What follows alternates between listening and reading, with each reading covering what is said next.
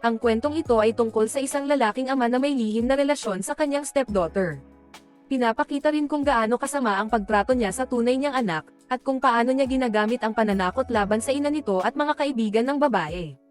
Isa itong hindi pangkaraniwang pelikula, pero maaaring interesado ka dito, kaya simulan na natin ang kwento. Si Chloe ay 19 na taong gulang. Papasok siya sa paaralan ng araw na iyon.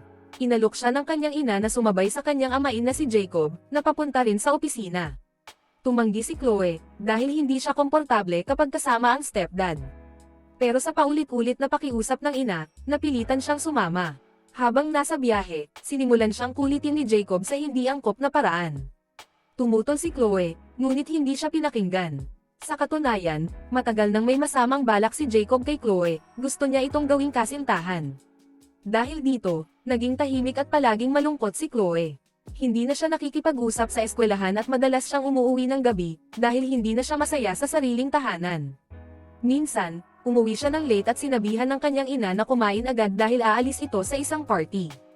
Pagkaalis ng ina, naupo si Chloe sa sala. Nilapitan siya ni Jacob at sinabing gusto niya si Chloe, at nais niya itong makapalakpakan.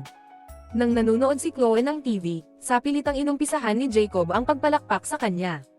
Pagkatapos ng lahat ng iyon, durog ang puso ni Chloe. Hindi siya makangiti, at patuloy na malungkot sa eskwela. Isang araw, tinanong siya ng kaibigan niya kung anong problema niya. Pinayuhan siyang magsabi sa kanyang ina. Pag-uwi mula sa paaralan, giningit ni Chloe sa kanyang ina ang ginagawa ni Jacob. Gulat na gulat ang ina, hindi niya inakala na ganoon kasama si Jacob. Nang harapin ng ina si Jacob, walang pag-aalinlangang sinabi ng lalaki na pinakasalan lang niya ito para mapalapit kay Chloe, dahil matagal na niya itong gusto. Nabigla ang ina at sinabing mali ito, anak niya si Chloe. Pero sagot ni Jacob, hindi niya tunay na anak si Chloe kundi stepdaughter lamang, kaya wala siyang nakikitang mali. Banta pa niya, kapag nagsumbong sila, ikakalat niya ang mga video ni Chloe na palihim niyang kinunan. Natakot ang ina, kaya hindi na siya kumibo. Samantala, patuloy na pinalakpakan ni Jacob si Chloe. Nagdalang bata si Chloe sa ginawa ni Jacob, pero dinala siya ni Jacob sa ospital para ipaalis ang sanggol.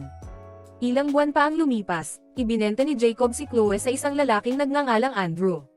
Pinilit si Chloe na gawin ang mga gawaing pang Magdalena. Isang araw, sinubukan niyang tumakas, pero nahuli siya ni Andrew at sinaktan siya nito. Doon niya napagtanto na imposibleng makalabas siya sa lugar na iyon. Kaya napilitan siyang magsilbi sa mga kliyente ng tahimik.